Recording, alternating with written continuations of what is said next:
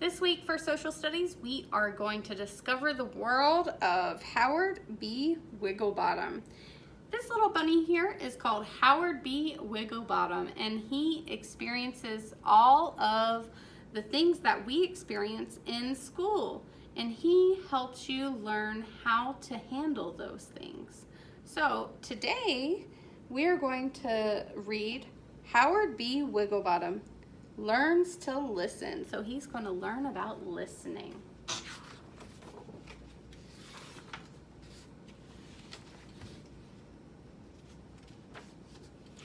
Meet Howard B. Wigglebottom. Howard is always in trouble at school because, well, Howard just doesn't listen. During story time, instead of quietly listening, Howard bounces around the room.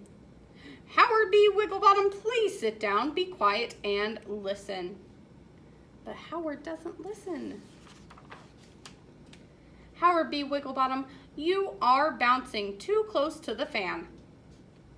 But Howard doesn't listen. At lunchtime, his friends try to warn him. Hey, Howard, watch your step. But Howard doesn't listen. After lunch, Howard's friend tries to tell him something important.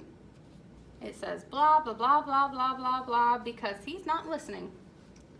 But Howard doesn't listen. Uh-oh. Look at the yo-yo. Keep your eye on the ball, Howard. On the playground, Howard's teammates try to help him. Boink! But Howard doesn't listen. Uh-oh. It hit him in the eye. In the art room, the teacher reminds the class, kids, try to keep the paint on your paper. But Howard doesn't listen, so the teacher asks him to take a time out. He feels sad. Howard does not like being alone and in trouble. He thinks and thinks about his day. Howard makes up his mind. From that moment on, he will try very hard to be the best listener he can be. The next day, Howard does listen during story time. He waits for his turn to talk and then asks a question about the story. Howard gets a big star because Howard is really listening. While walking home, Howard uses both his eyes and ears to help stay safe. Howard is really listening. When Howard gets home, he listens to his mother. Please hang up your backpack and clean your room now. Howard is really listening. He says, okay, Mom. Awesome ears, Howard, the squirrel says. So Howard gets extra time to play and have fun because he's been listening. Howard B. Wigglebottom is really listening. Time for a bedtime story. Please brush your teeth first, Howard. Almost all of the time. The end. So today's lesson from Howard B. Wigglebottom, he's going to tell us how to be a better listener. It says to sit quietly, use both your eyes and your ears to help you listen. Please don't interrupt. Wait your turn to talk. Try your very best to understand the person who's speaking. Ask questions if you don't understand. And then pay attention. That means be alert and really know what's happening around you. So, part of being a good listener is making sure that you are staying quiet and actually listening. If you have a question, that's okay. But if you start talking and asking the question while someone else is talking, you're still not listening. You're not listening to what they're saying. So if Mrs. Brown is giving you instructions, and you have a question and you start asking it before I'm done with the instructions, you're not going to hear the rest of them. You're not going to hear what I said. So it's very important to sit down, stay quiet and listen with our eyes, ears, and heart to make sure that we understand exactly what's being told to us. Is it okay to have questions?